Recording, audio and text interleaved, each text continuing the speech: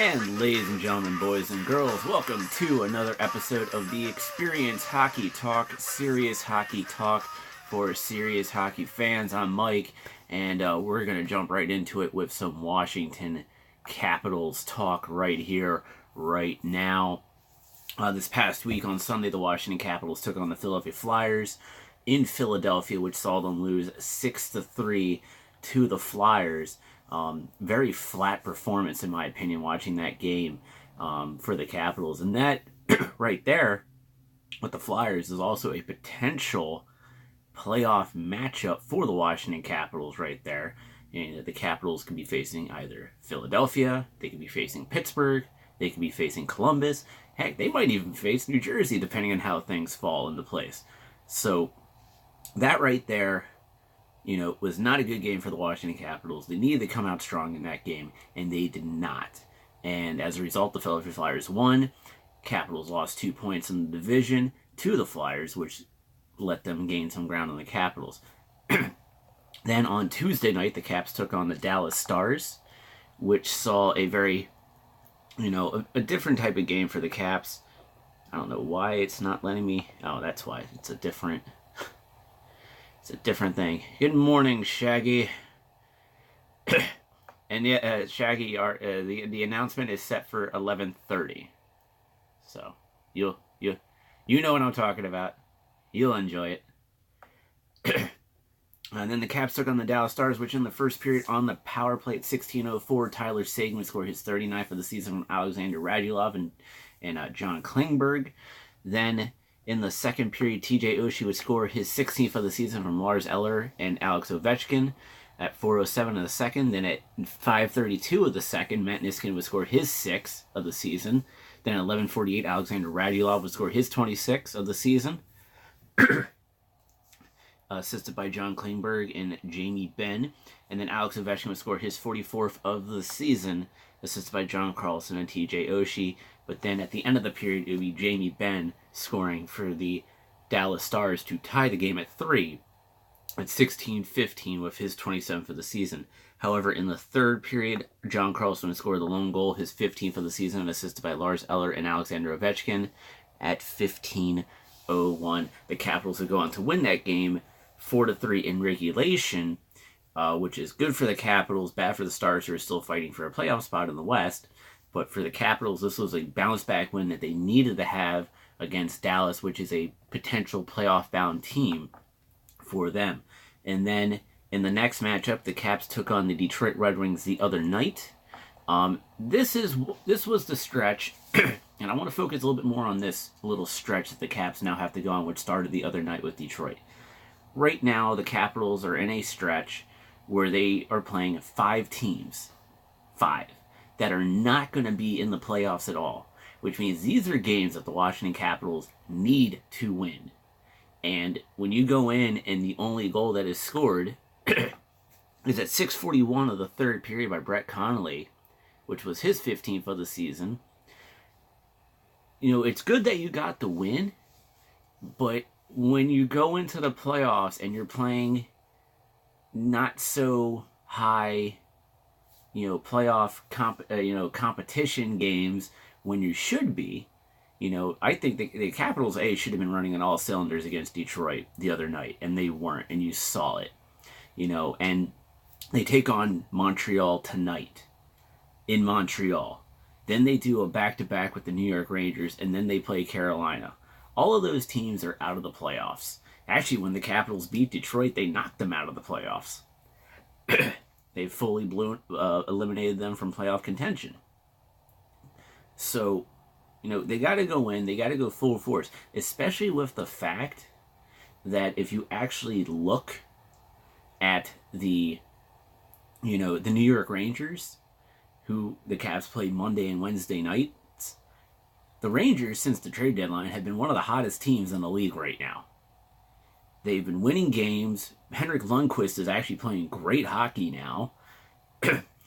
Obviously, the youth movement that has happened with the Rangers since the trade deadline, getting rid of guys like JT Miller, Rick Nash, Ryan McDonough, it has helped them out in the, to get people more accustomed to the younger guys and building chemistry now going into future seasons. So, and Vladimir Nemestnikov has been doing wonders with the Rangers as well, which was a great pickup for the New York Rangers from Tampa Bay. Morning, Dixon.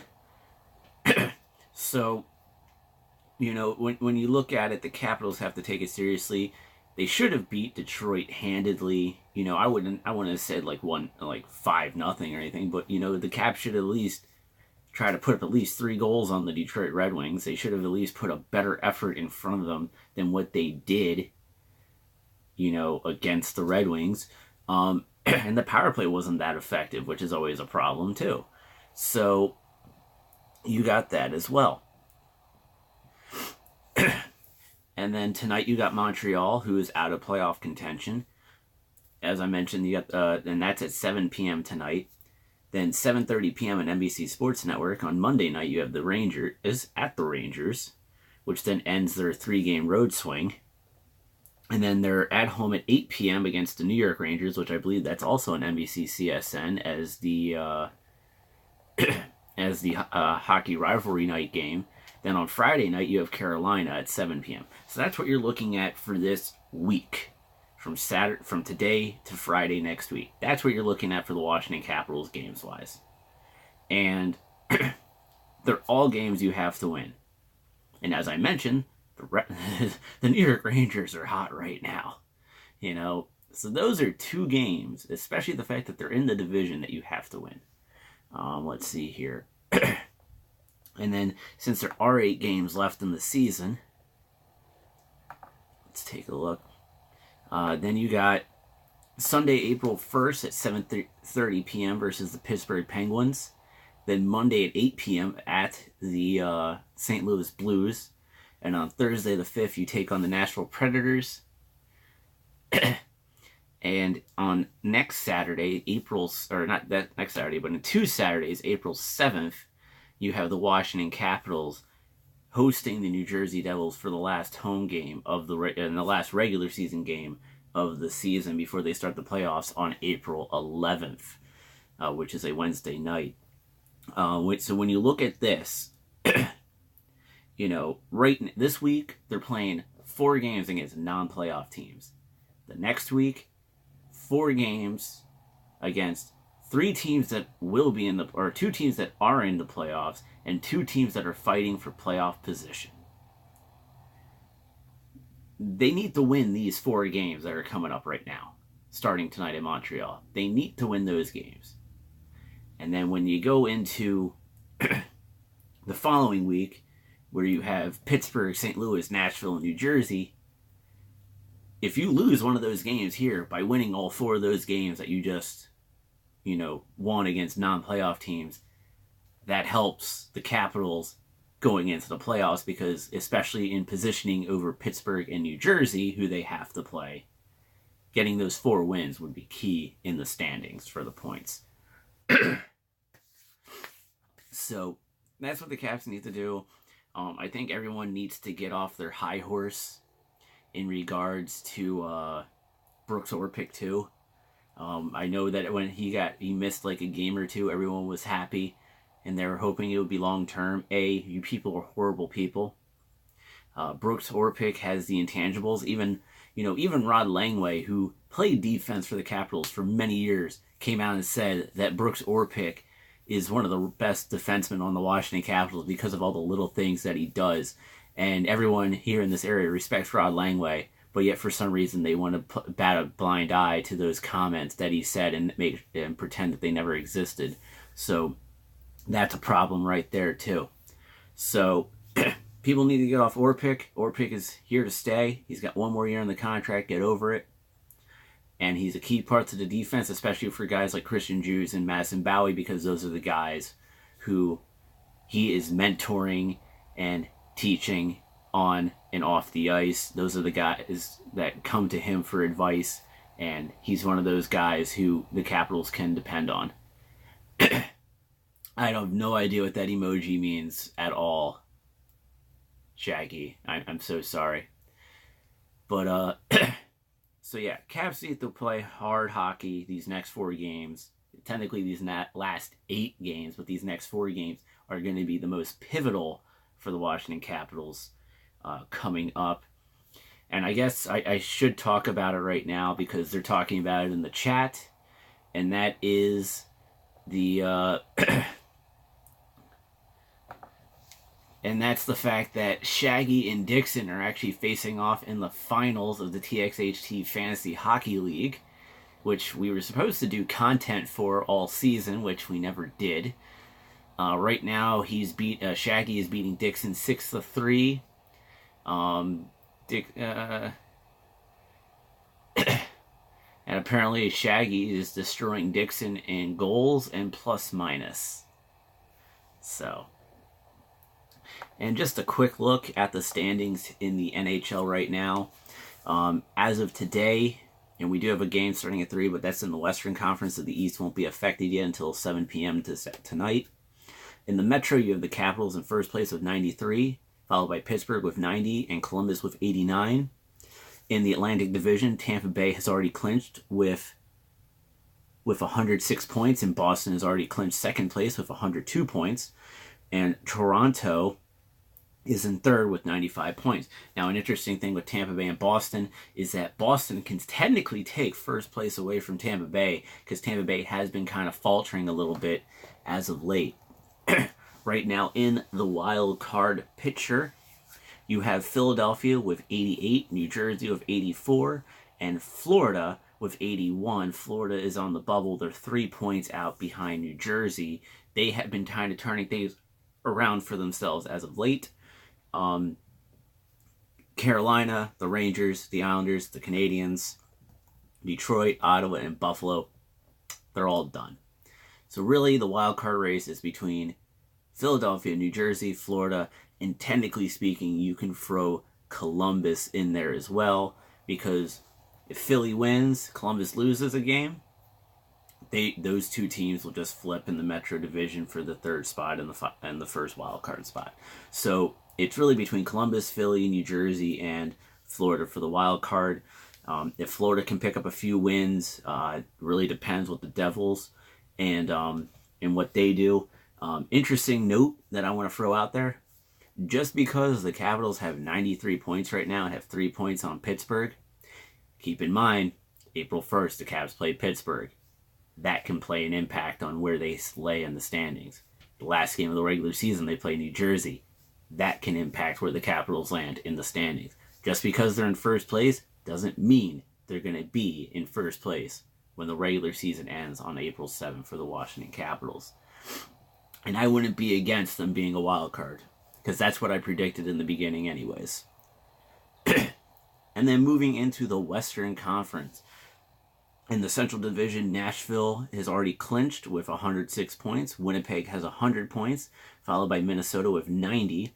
In the Pacific Division, you have the Vegas Golden Knights with 100 points, San Jose with 93, and Los Angeles with 89.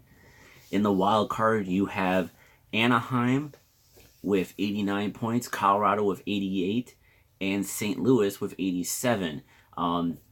I should note also Dallas has 84 points. However, being how they're 4 points behind Colorado for that last spot, it's probably safe to say it's really between Los Angeles, Anaheim, Colorado, and St. Louis for that final wildcard spot. Same deal like with the Metropolitan Division. You know, Anaheim and Los Angeles have the same amount of points. You know, depending on who wins more games or gains more points leading up to the April 8th date when the regular season officially ends, you know, those two could be swapping spots. Plus, depending on how Colorado does, Colorado is also 2 points behind Minnesota. So Colorado and Minnesota in that regards could also potentially be swapping spots in the Central Division as well. So, and then it's safe to say that Calgary, I mean, they're not officially out yet, but I would say that they're out with 80 points. Edmonton, Chicago, Arizona, and Vancouver have all been eliminated from making the playoffs this season. Edmonton, I would say, is probably the biggest surprise. We all thought that with what they did last season, making it to the second round, that they finally gone around that hump and have actually, you know, made progress. But then this season, only making so far in 74 games a paltry 71 points. That's very disappointing in regards to Edmonton, because that was a team that we all expected to make it back to the playoffs this season. And same with Calgary. Calgary, doing better than Edmonton in the standings, but it was another team that we all kind of saw making the playoffs again this season, especially after the experience that they gained last season. So, little disappointing there.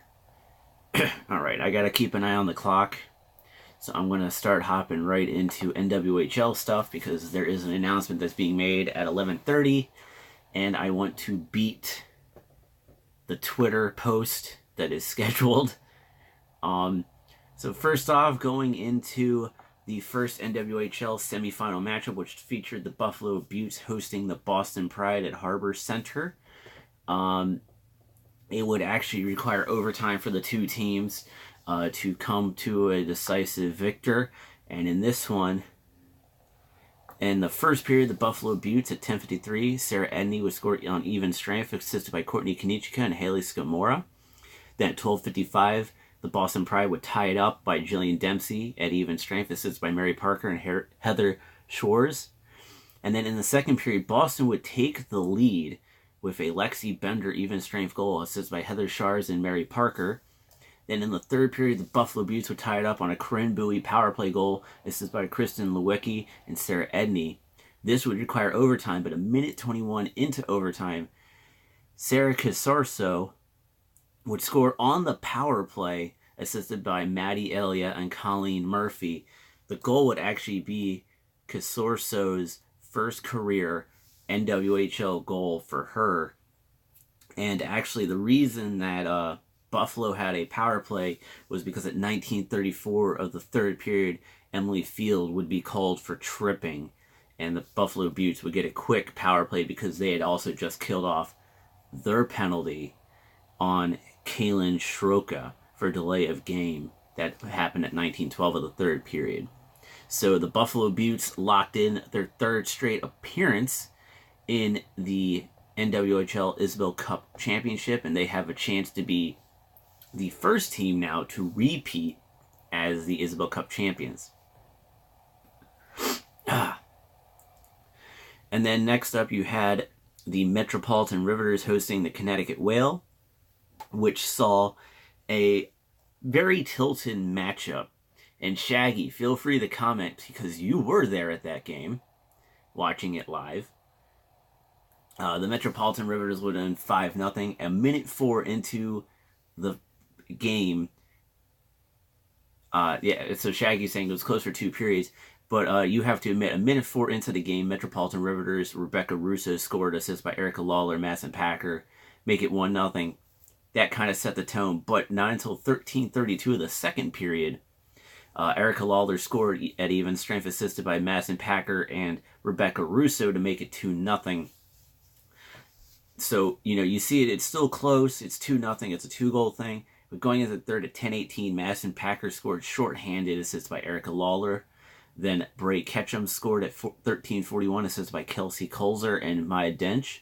And then at 14:13, Kelly Nash is scored, assisted by Harrison Brown and Ashley Johnston, to give the Metropolitan Riveters a 5-0 victory over the Connecticut Whale.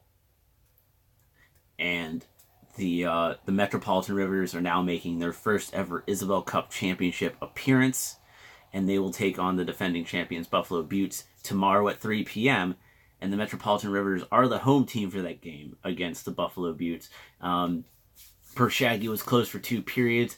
The Connecticut Whale's start was not very good, and unfortunately the third period was the Connecticut Whale's downfall yet again, as we've seen throughout this season.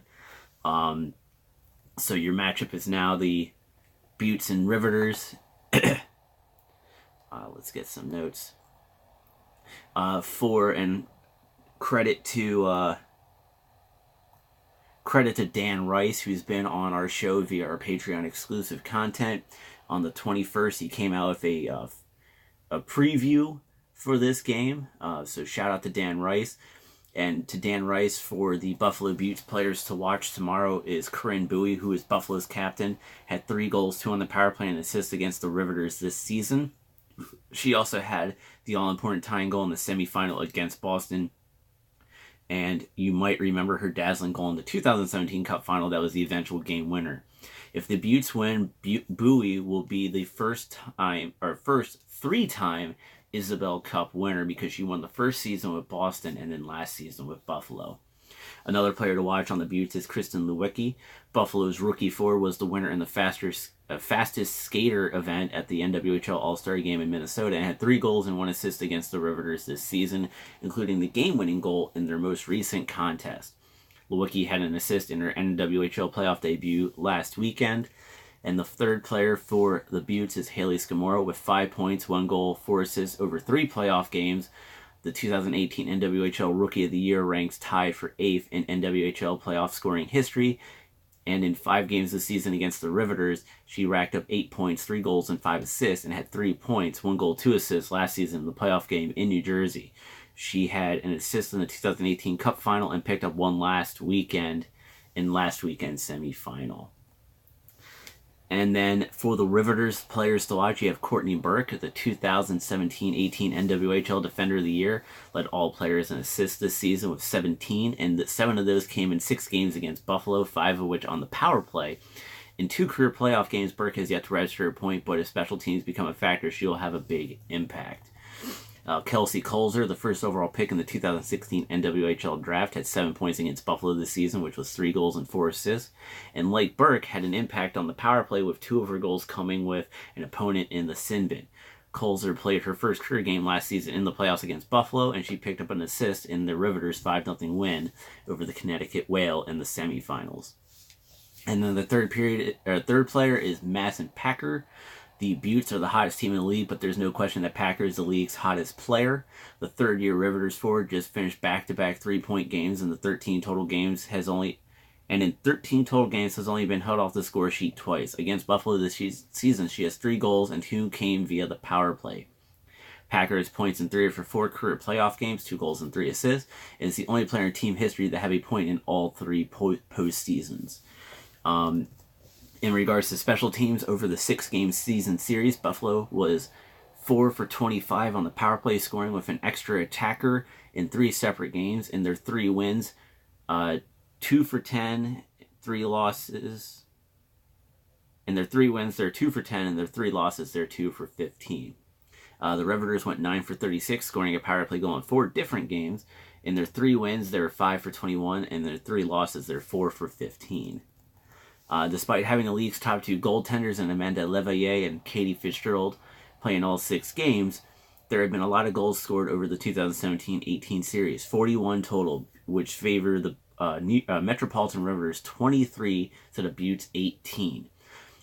The Riveters have outscored the Buttes in all 3 periods over the course of the series. In the first period, the Metropolitan Riveters outscored Buffalo 7-6. In the second period, 6-5, and in the third period, 10-7. So obviously a massive key for the Buffalo Buttes here would be to limit the amount of goals scored against by the Metropolitan Riveters, and that could be a key to success for the Buffalo Buttes. But it also should be noted that in the beginning part of the season, the Metropolitan Riveters were undefeated. And then the Buffalo Buttes were purchased by the Bagula family, and since then have gone undefeated, including victories over the Metropolitan Riveters. Obviously, in this game tomorrow, the Metropolitan Riveters need to continue the way they've been playing, but also at the same time they have to contend with a team that has gone undefeated against them since being purchased by the Bagula family in the Buffalo Buttes. And this game is a toss-up. This can go either way. But if I had to make a prediction, I would probably say the Buttes. And my dad and I were talking about this with Columbus last night. The Columbus Blue Jackets are on a 10-game winning streak right now. They eventually have to cool off. When do the Buffalo Buttes cool off? That is the biggest question. If they cool off going into this game, this is a Metropolitans win, or Metropolitan Riveters championship victory right here tomorrow afternoon in Newark, New Jersey. But if the Buffalo Beauts keep that momentum going, I could see the Buffalo Beauts becoming repeat champions in the NWHL. And Shaggy, he has the Riveters winning 3-2 in a really close game that may go to overtime. So that is Shaggy's pick right there. And you know, speaking of Shaggy making his predictions, and as I mentioned, he was at the game last weekend between Connecticut and Metropolitan. And for our record, the reason I'm going this direction is because that's where the chat room is. The chat room's on my TV, and I'm looking at the chat room. It's to my right, which is to your left, apparently on the screen. But the tomorrow, the game is at 3 p.m. You can watch it on Twitter for the NWHL. And the Experience Hockey Talk will be at the Isabel Cup Championship game, and we will be filming content, and Shaggy will be taking over the Txht Twitter account and will be tweeting throughout the game on the Txht Twitter account. So, we're going to be there live. Shaggy's taking over the Twitter account because he'll be with me. And we're going to be filming all new content throughout the night, or throughout the day, too. We're actually going to, I got to talk to Shaggy on the phone later. But the plan is to film some of our ride up to Newark. Do a little bit of pre-game show content. Intermissions content. Post-game content. And some video of us traveling back home from Newark back to Maryland, Virginia, where we we reflect on the experience of going to the championship game. And that content will be all edited together into one massive, like, I guess you could say, like, documentary style thing, where it will be posted then up on our Patreon page. I will try to create a Twitch premiere for it, but unfortunately, last time, you know, I tried doing a Twitch premiere. It didn't want to work for me. We had the technical difficulties through Twitch. So I'm just going to post it up on the Patreon. So everybody can access the content or the episode. But I will try to do a Twitch premiere. And if I do get a Twitch premiere up and running with no problems, I will then share that information out on Facebook, Twitter, and Patreon so everybody can watch it live as it premieres on Twitch. But as of right now, I don't know if that's going to happen, so we're just going to put it up on Patreon. And Dixon has Buffalo with a 3-2 win as well. So everyone's saying 3-2. I'm not picking a definitive winner because it's too close to the damn call. And then real quick, as I mentioned, there were some just give me the damn document. There we go. The NWHL awards happened on Tuesday. Most valuable player as selected by the NWHL Players Association was Alexa Grushko of the Metropolitan Riveters. Grushko is also honored as the NWHL leading scorer. Rookie of the Year selected by the media, not me, I didn't get the vote, was Haley Scamora of the Buffalo Beauts. Best defender as selected by the media, minus me, was Courtney Burke of the Metropolitan Riveters. And then best goaltender also selected by the media was Amanda Leveille of the Buffalo Beauts. For the Dena Lang Award to the player who most exemplifies the qualities of perseverance, sportsmanship, and dedication to her sport as chosen by the NWHLPA was Jillian Dempsey of the Boston Pride. And for the NWHL 3 stars of the season, which is in alphabetical order as decided by ballot submitted by more than 8,000 fans. You have Sophia Agostinelli of the Connecticut Whale, Harrison Brown of the Metropolitan Riveters, and Haley Scamora of the Buffalo Beauts. And for the NWHL Foundation Award to the players most actively applying the core values of hockey to her community, as well as growing the game and improving hockey culture as selected by the league office, you have Lexi Bender for the Boston Pride, Jackie Greco of the Buffalo Beauts, Rachel Aid of the Connecticut Whale, and Michelle Picard of the Metropolitan Riveters. So those were all of your award winners for the NWHL.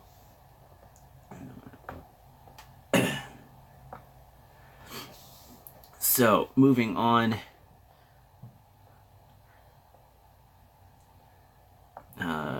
Those are old articles. So, on March 18th, on Sunday, the Nikita Kucherov scored twice to extend his lead in the Art Ross Trophy race and help the Lightning become the first Eastern Conference team to clinch a berth in the 2018 Stanley Cup Finals, or playoffs. Finals. They're already going to the finals. The Lightning, who improved to 10-2-1 in the last 13 games, will make their 4th postseason appearance in the past 5 years and 10th in franchise history. Tampa Bay's last playoff berth was in 2016 when they reached the Eastern Conference Final, falling in Game 7 to the eventual Stanley Cup champion Pittsburgh Penguins.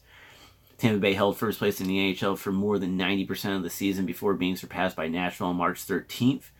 The Lightning now sit 2 points back of the Predators in the race for the President's Trophy as they aim to become just the second team in the past 81 years to finish with the league's best record after missing the playoffs the previous season. Last team to do that was, the only other team to do that was the New York Rangers in 1993-94, which, as everyone also knows, was the season that the New York Rangers also won the Stanley Cup.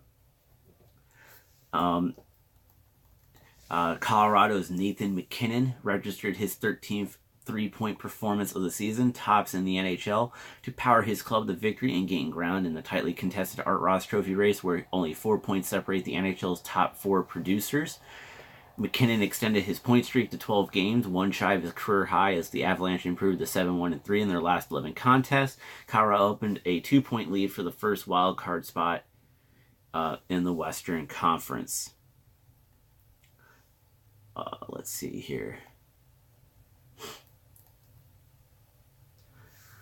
And then William Karlsson scored 3 consecutive goals in the second period to record his second hat-trick of the season and power the Pacific Division leading Golden Knights past the Calgary Flames. Karlsson, who also scored 3 goals on December 31st, became the 11th player in the NHL's expansion era to record multiple hat-tricks while playing for a team in this inaugural season, and just the 8th with a natural hat-trick. He ranks 4th in the league with 39 goals, one shy of becoming the 8th player in NHL history to score 40 goals for a team in its inaugural season. And then also in that game, Marc-Andre Fleury earned his 48th career shutout and 401st career victory, tied with Chris Osgood for 12th place on the NHL's all-time wins list for the league.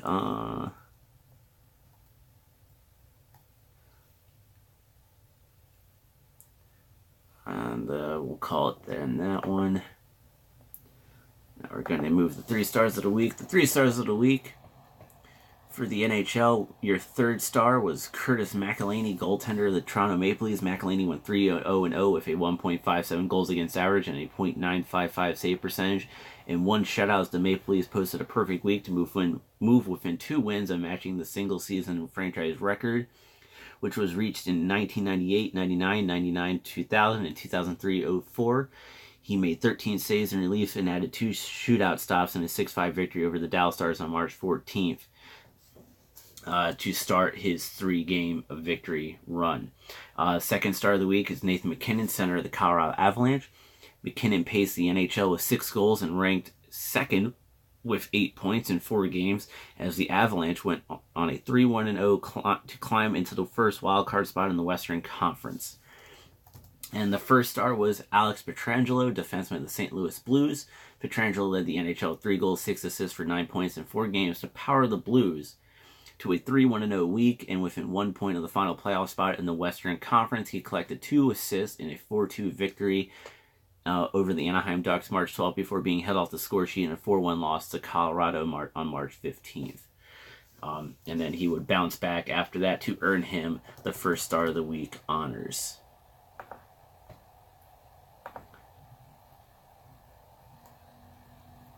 And then Pekka Rinne established a franchise record with his league-leading 8th shutout of the season to help the Nashville Predators increase their lead atop the NHL standings and mark the 15th consecutive game with at least a point for Nashville. Also a new club record. Rinne reached the 40-win mark for the third time in his career, becoming the 7th goaltender in NHL history to achieve the feat. Martin Brodeur is the only goaltender with more such campaigns, with 7.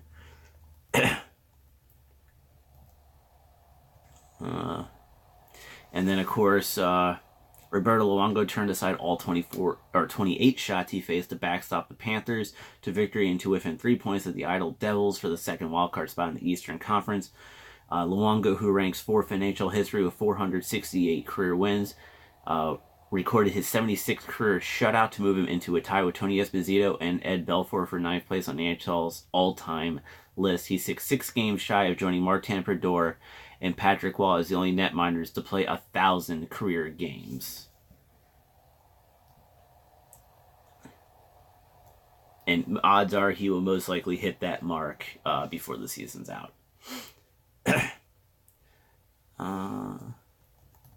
Minnesota's Eric Staal scored his 39th goal of the season, moved within 1 of becoming the 440 goal scorer in 2017-18. Staal has 2 40-goal seasons to his credit, but has not reached the benchmark since 2008-09. Only one player in NHL history has gone at least 8 seasons between 40-goal seasons, which was Gordie Howe, who skated 11 seasons between 40-goal campaigns. 44 in 1956-57 and 44 in 1968-69. Overall, 7 players sit within 5 goals of the NHL lead. This marks just the 7th time in the NHL's modern era that at least as many players have been within 5 goals of the league lead during the final 3 weeks of the season. And I just got to throw this out there. What a season for Eric Staal. You know, this is a guy who everyone thought, you know, when he was still in, you know, Carolina, and then he went to New York to the Rangers, that this guy was done. You know, he got traded to the Rangers. He did nothing for the Rangers. And then all of a sudden now he's with Minnesota. Last season he had a good season. Now this season he's having a great season. So this is like a great rejuvenance for Eric Staal's career right now. How much longer he can keep it going, we'll see. But definitely a great turnaround for him. On the 21st, Steven Stamkos was fined for a dangerous trip. Tampa Bay Lightning forward Steven Stamkos has been fined $5,000, the maximum allowable under the CBA, for a dangerous trip against Toronto Maple Leafs defenseman Morgan Rielly during NHL game number 1127 in Tampa on Tuesday, March 20th. The incident occurred at 10:25 of the second period. Stamkos was assessed a minor penalty for elbowing. I did not see the play, so I don't have anything to say about that. Also on the 21st, it was the NHL Network announced that 2018 United States Olympic gold medalist and 3-time Olympian Monique Lamoureux-Morando has joined as an on-air analyst, who has played Lamoureux-Morando, who has played in 129 career games for the United States women's national hockey team, will appear across NHL Network studio programming and made her debut on NHL Tonight with Kevin Weeks and Tony Luftman yesterday at 6 p.m. Monique and her twin sister Jocelyn recently joined NHL Network's NHL Now in studio to discuss capturing the gold medal at the 2018 Winter Games in Pyeongchang, including scoring the game-tying and game-winning goals in the gold medal game against Canada. Lamoureux-Morando joins NHL Network, having competed and medaled in 3 Olympic Winter Games for the U.S. women's national hockey team, including the 2018 Winter Games in Pyeongchang, 2014 Games in Sochi, and 2010 Games in Vancouver. As a member of the U.S. national women's hockey team since 2009, Monique served as an assistant captain during the 2015, 2016, and 2016-17 seasons. In addition to playing in 3 Winter Olympic Games, she has also won 6 gold medals at the IHF Women's World Ice Hockey Championship tournaments and has been named to the All-Star team at 5 of the last 6 tournaments, including 3 times for defense and 2 times for her forward play. So she brings a plethora of experience to the NHL Network, and it's actually really good to also get a woman's voice on the game, especially on the NHL Network. So definitely proud moment right there for women's hockey, being able to have a voice now on NHL Network on a regular basis. The Boston Bruins on Wednesday night earned a point in an overtime loss to the St. Louis Blues to become the third team overall and second team in the Eastern Conference to clinch a berth in the 2018 Stanley Cup playoffs. The Bruins, who clinched a postseason berth for the second consecutive campaign and 71st time in franchise history, will make their 9th trip to the Stanley Cup playoffs in the last 11 seasons, including a Stanley Cup championship in 2010-11 and a trip to the finals in 2012-13. Boston also reached 100 points for the first time since 2013-14, and when the club captured its second President's Trophy, the Bruins have reached the 100-point mark for the 22nd time in franchise history.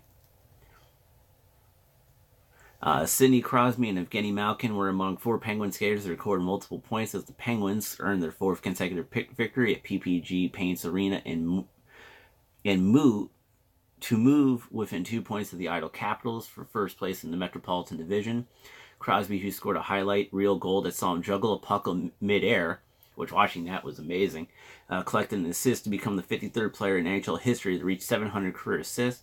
He is just the 3rd active NHL player that hit the mark behind Joe Thornton, Henrik Sedin, and Mario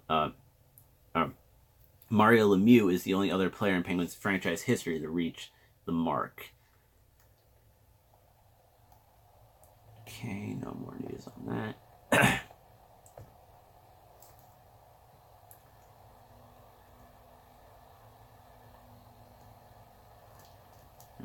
Let's see here.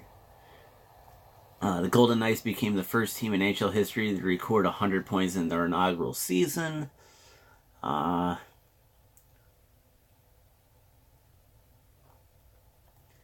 Okay, the Eastern Conference leading Tampa Bay Lightning built 4-1 and 7-3 leads before holding off a frantic Islanders third-period rally, which saw them score 3 goals in 3 minutes 1 seconds to set a franchise record for wins in a season and tie the Predators for most points in the NHL. That game was crazy. It was a 7-6 win for Tampa Bay. Anze Kopitar recorded his 4th career hat-trick in the first 4-goal game by a Kings player in more than 24 years to lead the Los Angeles Kings past Colorado in a matchup between 2 clubs battling for a playoff spot in the Western Conference. The Kings extended their road point streak to 8 contests to leapfrog the Iowa Ducks for 3rd place in the Pacific Division, while the Avalanche maintained their hold on the first wild card spot. Let's see here.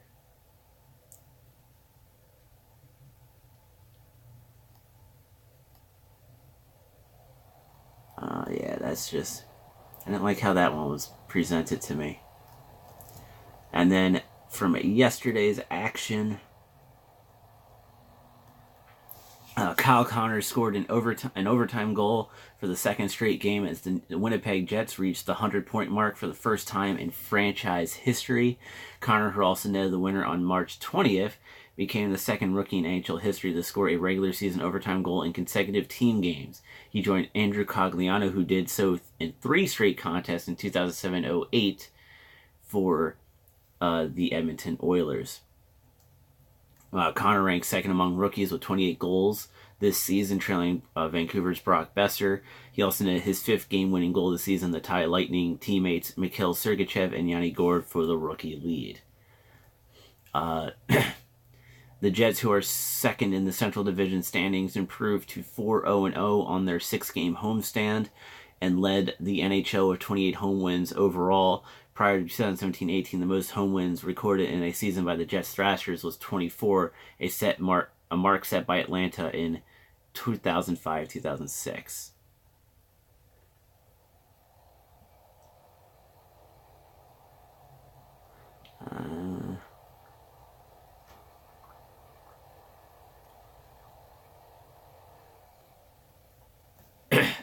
And that's really about it for that. Alright, let's see what Shaggy posted in the chat room. Which, by the way, anybody watching, you are welcome to hit up our chat room and ask questions and all that other fun stuff. Let's see here. Caps morning skate per Isabel Krishudian of the Washington Post. Lines are Ovechkin with Kuznetsov and Wilson, Burakovsky with Backstrom and Oshie, Connolly, Ellower, and Vrana, Stevenson, Beagle, Chason, and then you got on D, Orlov, Niskanen, Kempny, Carlson, and Orpik, Jarabek, with the Grubauer starting, with the scratches being used, DSP and Gersich. I'm surprised that, that was a big signing yesterday for the Capitals. They signed Shane Gersich to a 2-year entry-level contract, and they're automatically burning the first year of his contract by putting him on the team, which is something that needs to get fixed in the next CBA, where if you sign a guy out of college, you just don't burn the first year of the contract just by playing him a game or whatever. Good to see Kuznetsov back in the lineup. I would take Vrana out and put DSP back in. That's just me personally. And I like Jarabek with Orpik. Although Jarabek and Juice constantly swapping in and out is perfectly fine by me. It works well for them. So it's going good. I like Kempny with Carlson. I like Orlov with Niskanen. Can't go wrong with the Stevenson, Beagle, Chason line. Burakovsky, Backstrom, Oshie's been, they're now heating up, especially with Oshie scoring goals. Ovechkin, Kuznetsov, Wilson's doing really good together. I really like that line. Anybody who said that Wilson shouldn't have been on the first line, Mike Vogel of the Washington Capitals, should be eating their words right now, because Wilson has been a great addition to the line with Ovechkin and Kuznetsov, and when Backstrom's been on the line with Nicholas Backstrom as well. And yes, Mike Vogel said at the beginning of the season that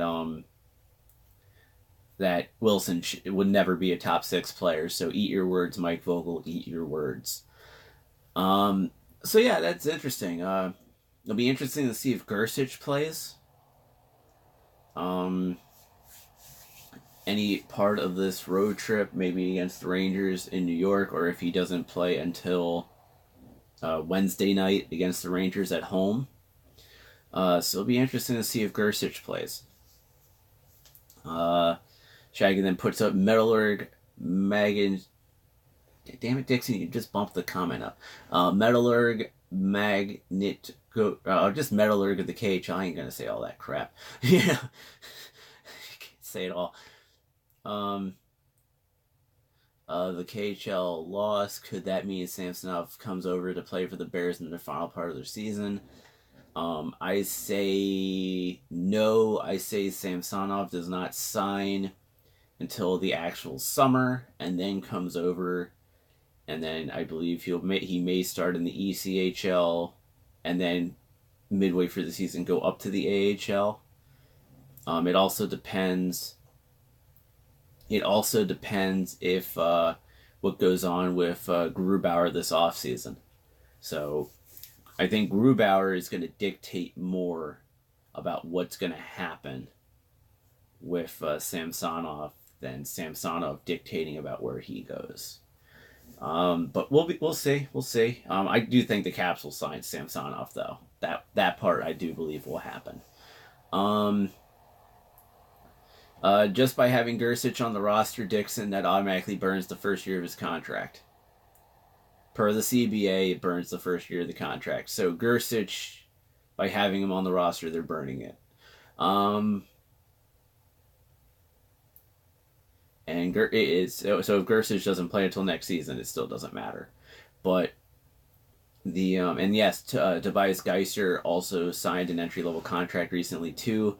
However, he's not going on the roster. I believe he's going. I think they just agreed to the terms, and that doesn't kick in until next season. So they're not burning a year of that contract. And yes, Eddie Olczyk is now officially cancer-free. Congratulations, Eddie Olczyk. Obviously, personally not a fan of him as an analyst, but when something like this happens, you don't wish that upon anybody. So it's good to see that Eddie O defeated cancer. Obviously, it was announced at the beginning of the season, and he's done select games throughout the season. So, congratulations, Eddie O. We're happy that you beat cancer. So, good job. And then let's see here. Oh, Dixon was referencing the Samsonov. Yeah, pretty much Samsonov will be a next year thing. It won't, or next season. He won't be, I don't see him playing for the Bears this season. I see him, I definitely see him at development camp, and that's probably when you'll hear the whole thing about him signing his contract, so yeah, there's that. Not a whole lot. I've already gone over the schedule for the Caps. I've already said my piece to that.